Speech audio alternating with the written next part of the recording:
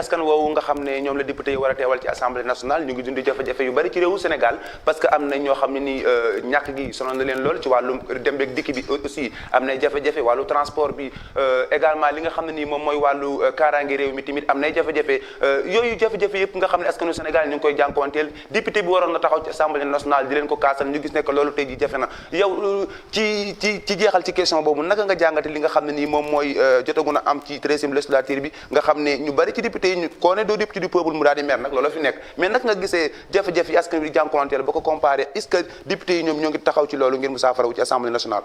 waaw fi mu ne nii boo xoolee ni ma la ko waxee léegi rek xam nga par exemple da ngay jël benn village benn dëkk. am ab député boo xam ne dafaa nekk au pouvoir. comme moom dana fexe ba lépp lu yell ca dëkk ba mu indil ko. mu indil ko dëkk ba. juste pour bu ñu demaatee ba élection présidentielle wala législative.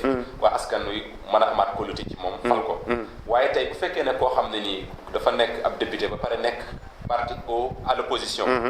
mu dem ca pencum ndaw réew ma plaidé. daal dina sama dëkk kat laaj na sangam laaj na nangam te képp ku xam dëkk ba wala képp ku fa def xam ne kii li muy laaj. askan wi yàlloo na ko. mais duñ ko jox dañ koy képp ndax lan bëggul au pouvoir. très bien waaw donc foofu daal. dañoo war a ràññeete dañoo war a bàyyi xel bu baax a baax ne. ñoom dale ko ca présidence ba fu mu mën a doon. ña fa toog ñëpp askan wi moo tax ñu toog fa. te itam ku jiite nit ku nekk itam. da nga koo war a tane mbir ku jiite nit ku nekk itam la tax mu teg la fa da nga caa war a xëy di ca gont waaye fi mu ne nii ku fi nekk daanaka. mën nga des. wala fay nga nekk fa ak yooyu. ngir njëkkante ak waxtu wi ñu wax leneen loo xam ne ba léegi mi ngi soxal réew mi mooy xiiroog ngaayo bi ñu nemmeeku ci géopolitique bi saa yu nekk ñu ngi dégg ay kàddu jóge ci pouvoir bi wala mu jóge ci opposition bi barki démoo Njaay dégg nañu njiital parti réew mi di Idrissa Seck fu ci bari ci diwaani réew mi ma ngi fay dem jamono ji mais li ñu seetlu mooy mi ngi yëkkati kàddu yu doy waar di ko jëmale ci président Sall ak gouvernement dem na sax ba na ñoom gouvernement ba cuune la ñu doon tey ji ñu dégg camp présidentiel bi ñoom itam ñu xëy di ko tontu barki démoo Njaay dégg nañ directeur cabinet njiitu réew mi Maître El Hadji Oumar Youm mu wax moom itam ay kàddu yu doy waar jëmale ko ci Idrissa Seck tey ji xiiroog ngaayo boobu noonu ñuy def xaat élection yi defe naa des na at est-ce que loolu njëriñul Sénégal lay doon ak it lan la ci Sénégal yi di gagné ci seen bopp.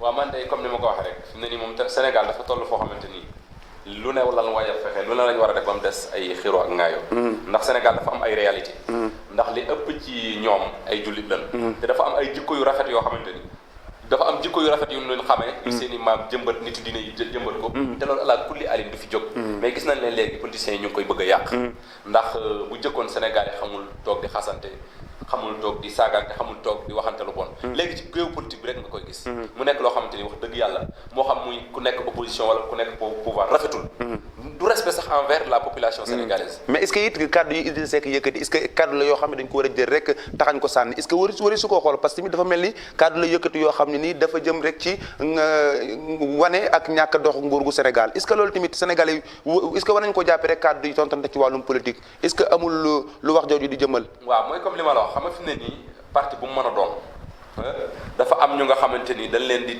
teg juste pour ay xolookat wala ay tontukat fi mu ne nii comme wax boobu Idi wax noonu comme noonu nga ko waxee nii au lieu que ñu càmbar ko xam ndax lii lu am la wala lu amul la bu fekkee lu am la ñu trouver ci solution bu fekkee lu amul la ñu jéem ba fexe du am mais comme wax na rek te ab opposant la leader politique la subitement automatiquement rek dañ ko war a tontu ñoom noonu Sénégal mooy doxee noonu ñoom dañ ko war a tontu. voilà bokk na ci li nga xam ne Idrissa Seck wax na ko ñu jàll ci moom mooy lu jëm ci wàllum njàng meeg njàngale mi xam ngeen ne jamono ji professeurs yi ñu ngi grève fu ci bëri ci diwaani réew mi ndax ay indemnité ak ay seen ay paiement de salaire ak wàllum logement yoo xam ne ni nguur gi signé woon na ko ak ñoom ni ay accord waaye dafa mel ni nguur gi respecté wu ko tax jamono ji ñu ci bëree bëri ci ay syndicat jàngalekat ñu ngi def ay marche di manifesté wu lan moo tax nguur gi wàccewul ak digg yooyu nga xam ne diggante woon na ko ak ñoom tey ji boo doon topp actualité boobu naka nga jàngatee loolu est-ce que tamit tolluñ foo xam ne réew mi fépp ay metti foo laal day metti waaw xam nga réew mi moom nu nga ko waxee fi ëpp mu ngi metti waaye fii metti nag moom day avenir réew mi muy éducation nationale jàng ak jàngale moo yorum réew ëllëg ndax ñi nekk président député ministre et cetera. école ay élèves lañ. jàll nañ ci école te jamono yi ñuy jàng. xëy na ministère ya fa nekkoon wala gouvernement ba fa nekkoon. donte defut à 100% la ko war a itam. mu ngi doon jéem a def le maximum ba tey tecc leen ba agsi fii ba mën a servir Sénégal. mais ñoom dañoo war a bàyyi xel lool bañ a sacrifier. avenir ak génération bi. te bu ñu xoolee ay at ci ginnaaw boo xoolee ñeent ba juróomi at. daanaka njàng mi sooxe boo xamante ni. loolu bu ñu jàpp ne day yem fi ni rek day feeñ. ndax ni ma la ko waxee léegi élèves yi ëllëg ñooy doon ay président. ñooy doon ay ministre ñooy doon ay député ñooy doon ay généraux. bu fekkee nag formation ba war wala njàng moo war defuñu ko ci ñoom. ëllëg fan la muy réew jëm ak fi mu toll nii. li ma bëgg a wax foofu mooy gouvernement bi li nga xam ne nii noonu la fonke yeneen bànqaas yi réew mi nu ko raw la war a fonke njàng mi. ndax bu ñu seetloo duguma doon kàngam avant ngay doon kàngam ak élève nga woon.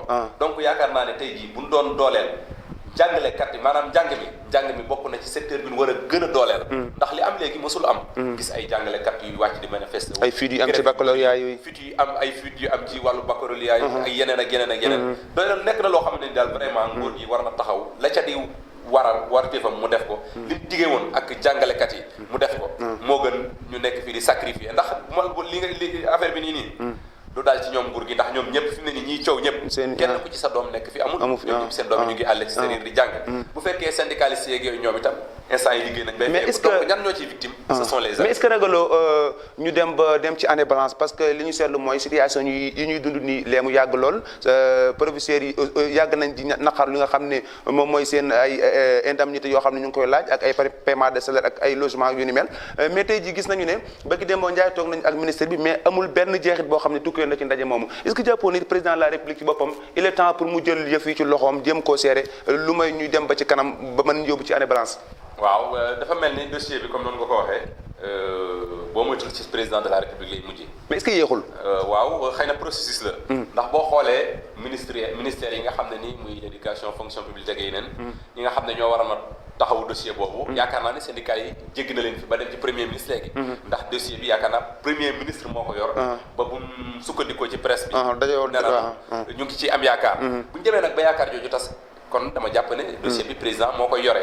mais mën na faa bañ a ëgsi. mais est-ce que jàppoon it waruñoo passé ay jafe-jafe ci wàllum njàngale parce que bu ñu xoolee at yi yëpp depuis jamonoy Abdoulaye Wade ba jamono ji ñu ngi wéy di am ay jafe-jafe ci suñu école réew mi ay abri provisoire ay conditions yoo xam ne ni professeurs yi ñu ngi ko nekk est-ce que jotu tamit nguur gi taxaw une bonne fois pour ñu romb jafe-jafe yi am ci wàllum njàngale mi parce que même bu dee ci wàllum professeurs yi élèves yi saa yu nekk ñu ngi dégg ñuy def ay grève ndax seen i bourse ñoom étudiants yi jox duñ leen ko jox est-ce que it quelque part nguur gi mi ngi def effort.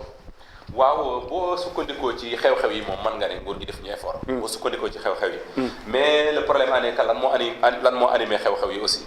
ndax nguur gi bon mën nga ne mu ngi dem ci yeneen secteurs yoo xamante ni di fa def xaalis boo xamante ni ci njàng mi la gën a yelle. nañ ko def ci njàng mi. jàppale génération bi ëllëg ñoo leen fiy remplacer. ñi nga xam ne ñoo di syndicalistes yi. ñoom itam bañ a politique am mbir mi. ndax itam ñoom it des fois ñu indexé leen. ah bon ay politiciens la des fois ñu ne ay opposants ñoo leen di gemb. des fois nangam ñoom itam comme ni ma waxal léegi ci justice bi rek comme ñoom dañoo taxaw di kaasal ay nit. di xeexal ay nit nañ koy def rek te yàlla tax te moytu lépp luy politique. ndax politique lu mu dugg lu ne rek. est-ce que c'est raisonnable nga nekk professeur di jàngale ba pare bokk ci parti politique. waaw loolu mën na nekk. politique buñ ko waxee xëy na ni ñu koy defee léegi moo yàq jikko moo ko yàq. mais politique. bu ñu xamoon li mu doon dëgg-dëgg pratique li mu doon dëgg-dëgg. mais tuyaaba la. ndax xoolal ay centaines de milliers de personnes wala ay millions nit nga taxaw ne mën naa engagé wu ngir jàppale leen ci lii ngeen di xeex jàppale gi nag mooy nga am sa pas-pas ak sa engagement. di leen wax dëgg. loo mënul bu leen ko wax loo wax leen ko loo man defal leen ko sa kam kattan.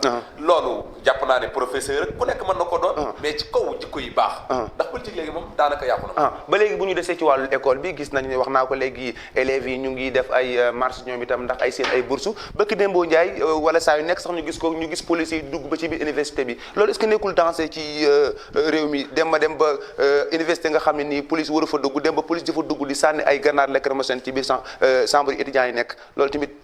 waaw loolu itam ni ma la ko waxee léegi rek xam nga mbir mi. boo xoolee wàllu police. ay professionnels lañu. xëy na des fois ñu def. mais est-ce que loolu yoon la. waaw foofu laay bëgg a jëm si. des fois ñu def réaction boo xamante ni xëy na il le fallait la situation obligée. xam nga li ma la wax. mais bu fekkee itam comme par exemple fu mel ni centre universitaire. centre bi nga xam ne nii foofu la ñuy tàggati kàngami ëllëg yi. léegi ñuy xool li gën a doy waar wala jikko yi gën a ñaaw ci élèves yi. foofu lay jógee ci fànn yëpp. ndax ay élèves yu kar ay biis di toj ay alalu jàmbur yoo xam ne sénégalais yi ñoom ñoo ci diwaat parce que alalu sénégalais yi la. te léegi ñoom ñooy war a gérer ëllëg réew mi.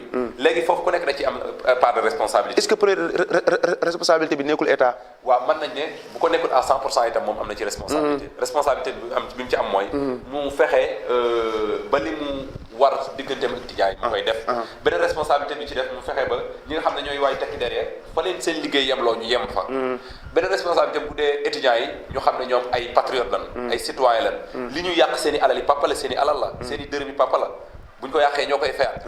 loolu war nañu mën a am conscience boobu. voilà mbokk yi yéen a ngi ñuy bàyyi xel ci seen site internet Mouride TV ci seen numéro seen premier numéro seen émission Nay Leer Nay Leer nag ni ñu ko waxee di émission bi waxtaani actualité bi ci réew mi ak ci bitim réew ci fànn gu nekk ñu waxtaan ba léegi ci wàllum jafe-jafe yaskani Sénégal di jànkonteel si Abdoulaye Faye muy wàllum wér-gu-yaram jugo nañu léegi si njàng mi mais dafa mel ni jamono ji waa santé ñu ngi yëngal parce que ñu ngi dégg ay manifestation fu ci bari ci diwaani réew mi ay fajkat taxaw ndax nee ñu li nguur gi warlu ak ñoom respecté wu ko bëkk démboo jaay nga dégg affaire radiothérapie boobu nga xam ne nii ba léegi réew mi amagu ko muy appareil boobu di faj ñi amee cancer nguur gi génn def ay diggé yoo xam ne ni yu leer la Sénégal yëpp di ko xaar appareil radiothérapie bi ñëw na Sénégal ba baag léegi lee mu def weer ak lu teg mais ba léegi appareil bi baaxagul situation boobu santé yi dund naka nga ko jàngate waaw ginnaaw éducation mën na ne santé itam secteur bu sensible la ndax wér-gi-yaram moom nit ñoo war a ànd te buñu demee ba ñi nga xam ne nii ñoom ñoo fi nekk ngir wér-gi-yaram gi ñoom itam tawat yaakaar naa ne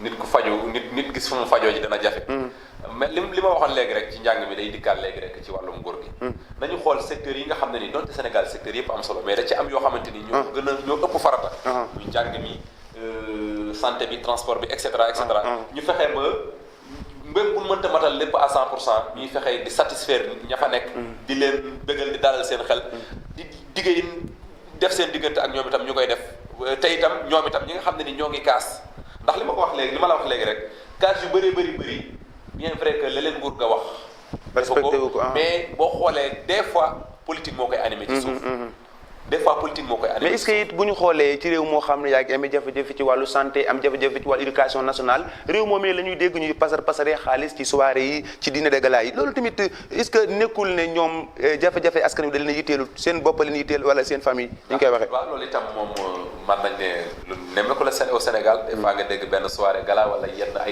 ay mbiri caaxaan yoo xamante ni ay millions lañ fay yàq alors que santé baa ngi nii di gën a tawat école yaa ngi fii di gën a tawat loolu itam mu nekk loo xamante ni itam lu doy waar la lu déplorable la lu doy waar la loo xamante ni itam en fait nguur gi daal war nañ cee bàyyi xel daal war nañoo bàyyi xel daal askan wi nga xam ne ni ñoo leen faloon voilà très bien fay ngir njëkkante ak waxtaan wi ak temps bi aussi ñu waxtaan li nga xam ne moom mooy arrivé Macron au Sénégal président France ñëwoon na ci réew mi boobaak léegi daanaka lee mu def ay fan ñu gis ne que bi mu fi ñëw li ñu waxoon ne moo ko fi tax andi mooy waxtaan ci jafe-jafe yi nga xam ne moo am ci éducation nationale bu Sénégal mais dafa mel ni yëf yi dafa sensé ndax li ñu gis mooy président Macron bi mu fi ñëwee am nay accord yoo xam ne signé na ko ak nguuru Sénégal ñenn ñi jàpp ne entre France Sénégal saa bi accord amee rek Sénégal moom moo ci dee naka nga jàngatee yooyu yëpp ak arrivé Macron ci boppam. waaw loolu moom ñu bëri noonu comme noonu nga ko waxee noonu lañ ko jàngate ndax ni la amee waaw wala déet boo xoolee ñu bëri dañ ne colonisation bi nga xam ne nii moom la France colonisé woon Sénégal ba tey la gën a pire ndax ki nga xam ne nii comme ni nga ko waxee noonu Macron bi mu fi ñëwee dañ ne maanaam li ko fi indi mooy soqali lu jëm ci wàllum njàng mi ak njàngale mi bi mu ñëwee itam diggée na fii ba xaatim ay kayiti milliards yu bëri dina baax ci benn côté nag bu fekkee ne loolu mu wax noonu respecté na ko yaakaar naa ne am na njëriñ ci Sénégal bu fekkee respecté ko nag ñu may raison ñeneen ñi rek li nga xam ne nii noonu lañ ko gisee daal man moom ñëwu Macron daanaka soriwuma ci loolu rek loo ko jàpp fay ngir jeexal jamono ji gis nañ ne que président Macky Sall bi mu nekkee ci bopp réew mi léegi daanaka lee mu def ay at yu bëri tey jii boo ko doon jox bilan ban bilan nga koy jox ci réalisation yi mu ci doon def ci nguur gi plan émergent waaw comme noonu nga ko waxee rek bi mu toogee ci réew mi ak léegi wax dëgg yàlla def na fi bilan waaye comme ni ma la waxee rek nit moom la yàlla bindewut satisfaction totale nit ki satisfaire à 100%. loolu moom ñu néew a néew la ko yàlla may. mais nag comme li ma la wax léegi rek bu ñuy jàngat nan xool ne réew mi bi mu fi ñëw am na fu mu ko fekk. am na nu mu ko fekk am na lu mu ci def. am na lu mu fi def. ci côté infrastructure. am na lu mu fi def côté transport également am na lu mu fi def ak yeneen ak yeneen. kon maanaam bu ñu doon wax bilan itam wax dëgg yàlla dañ koy soññ rek dañ koy soññ mu gën a góorgóorlu mais sérieusement def na fi dara. mais nag loolu nekk na loo xam ne nii itam bu fekkee dañuy dégg chaque jour politiciens yi nga xam ne nii ñooy accaparer médias yi. ñooy wax daanaka ñu bëri duñ gis lu fi président def. pourtant am na lu mu fi def. am na lu mu fi def. li mu fi def nañ ko wax li des ñu wax ko ànd ceeg moom mu def ko. man daal noonu laa ko jàngatee. vraiment maa ngi lay gërëm bu baax. jërëjëf di leen gërëm bu baax mbokk yéen ñi nga xam ne yéen a ñuy toppoon ci seen premier numéro Nay Leer di émission boo xam ne da ngeen commandé seetaan ci seen site internet Mourides TV di émission boo xam ne incha allah li ñu bëgg moom mooy mu continuer lépp loo xam ne soxal na askan wi moo xam ci wàllum politique wàllu économie wàllu culture wàllu lépp loo xam ne ci misaal daal lu askanu Sénégal war a xam la des na leen ko toppal yéen ñi nga xam ne yéen a ñuy ànd ak ñun ci seen émission Nay Leer ñu leen di gërëm à très bientôt incha allah.